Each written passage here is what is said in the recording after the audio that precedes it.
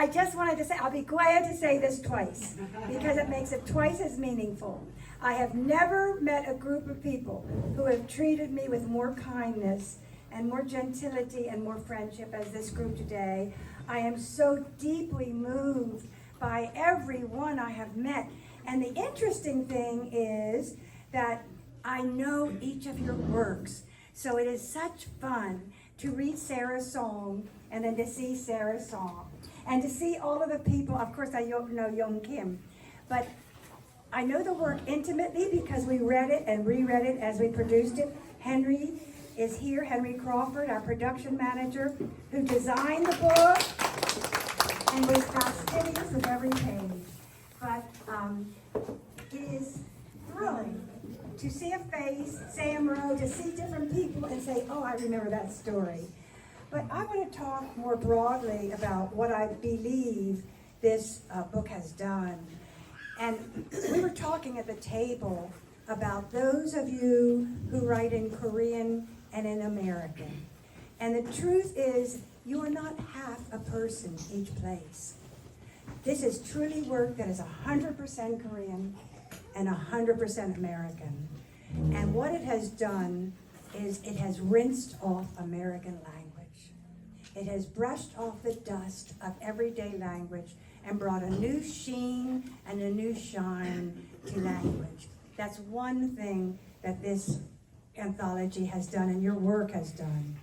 The second thing it does is it makes us less lonely, because each of us live in our own worlds. But when a writer tells what he or she feels and thinks, then you say, oh, I have felt that same way too. I'm not even Korean, and I have felt the same pain, the same joy. And that bridge makes us less lonely. So that's another great contribution. It also adds to the history of literature. This book and all of your work in the Literary Society is not discrete. It is not Korean American. It is adding to the American canon of literature. And it has a special meaning because humankind, the only thing we know about the feelings of humans from ancient times in every culture is what was written in poetry and in stories. Not what was the land deals, not the decrees, not what the kings and queens said, but what the writer said. Because the writer gives the world something, but the writer takes the world back. So I believe it has done so many things. It has raised the moral imagination. When people read what writers write, it elevates all of humankind. It adds something. If it were not for writers, we'd be sloshing around in the mud like three-dimensional people with eating, sleeping, and that's it. What writers do is make permanent the human condition. And so I feel that it has a great deal of sensuality, feeling, intuition, and intelligence. This is the anthology of our dreams. We treasure it as among our greatest publications.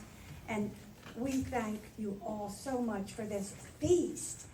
I feel that you are my dear friends, and I thank you so much for what you've done for literature. Young-Ki, thank you so much for inviting us and for presenting your manuscript. Henry Crawford, do you want to stand up because you're the man behind the plan.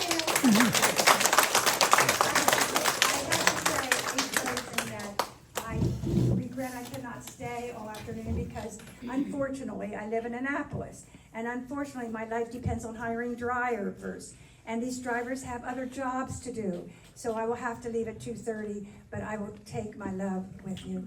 Thank you.